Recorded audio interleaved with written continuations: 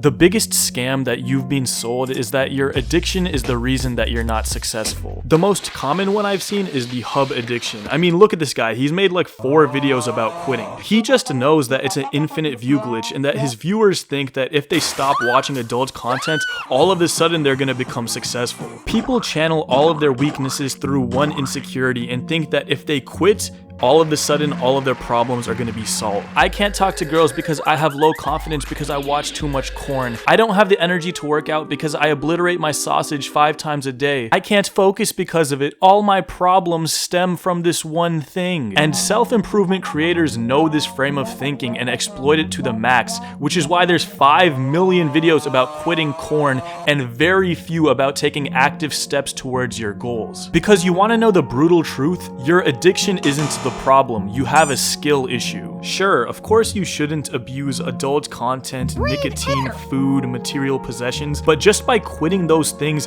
doesn't mean you're all of a sudden gonna become successful. And this is extremely easy to prove. All I need to do is point at successful people who openly have addictions, and I know and you know plenty of unsuccessful people who have no such vices. Kanye West self-admittedly said that at the age of 5 he found one of his dad's dirty magazines and was addicted from that point on. Now, the fact that that happened was a bad thing, but even despite the addiction, Kanye West became one of the greatest and most influential musicians and fashion designers in the world. You should quit or drastically reduce the amount of adult content that you watch, but even if you can't, don't act like that's the reason that you aren't achieving your goals. You could wake up at 5 every morning, take a cold shower, meditate, have your coffee, and get sunlight in your eyes like Andrew Huberman, but if you aren't directly working on the tasks that are relevant towards your goals, you're completely wasting your time. The funniest thing is you're gonna get beat by the guy who wakes up at 11, obliterates his Johnson while watching Lana Rhoades get quad stuffed first thing in the morning, hits his grapefruit flavored cancer box, but then actually gets to work on what he needs to. You have it backwards. You think that you aren't achieving your goals because of your addictions, but you get addicted because you aren't actively achieving your goals. You feel guilty that you aren't going to the gym or studying or writing or practicing, so you fall back on what gives you comfort. And you think that falling back on what's comfortable is stopping you, but really it's the inaction towards your goals. Because if you were actively working towards your goals, you would have less time to think about your addiction, and therefore would relapse less often. But the fundamental flaw with modern day self-improvement is that it constantly teaches you to think about your addiction. You have to constantly be cognizant of how long it's been since you last busted.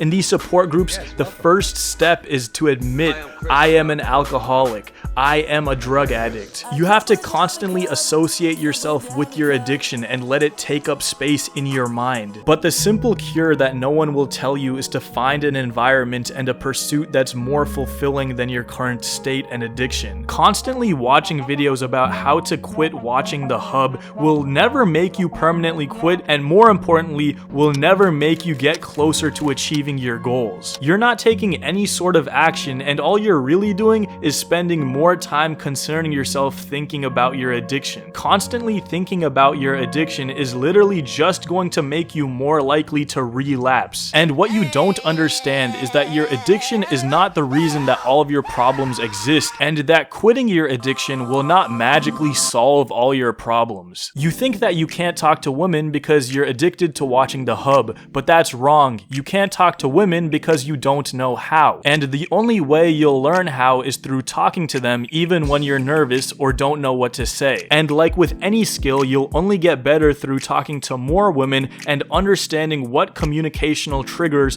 will make them like you or not like you. Everything I just said were actionable steps, and none of it has to do with quitting your addiction. You could be in your mom's basement gooning 5 hours a day, but as long as you can strike up a conversation with a random girl at your school, college, or workforce without being weird, that's all that matters. And funnily enough, you're actually ahead of the guy who's on a 100-day nofap streak but still doesn't have the courage to talk to a random girl. Action is quite literally the only thing that matters, and you can spend all this time on mindset, but it's ultimately pointless if it doesn't lead to anything. I mean, we literally admire addicts because their success is not in any way be inhibited by their addiction. How many people we all know and love are addicted to women, pharmaceuticals, and especially gambling? Michael Jordan was able to be the most famous person on the planet, an international sports superstar, and dominate the NBA for a decade while also being a crippling gambling addict. It doesn't really seem like his addiction stopped him from doing much. Dana White, regardless of how you feel about his politics or ethics, he quite literally created a sport in the West. I can't think of another sports commissioner who's as integral to their organization as he is to the UFC. And he was able to accomplish all of that while self-admittedly being a degenerate gambler. It's not mutually exclusive. Being an addict is not going to stop you from achieving your goals. Your addictions are not the reason that you're not successful. You're not successful so you become addicted to make yourself feel better. Action is the only thing that matters.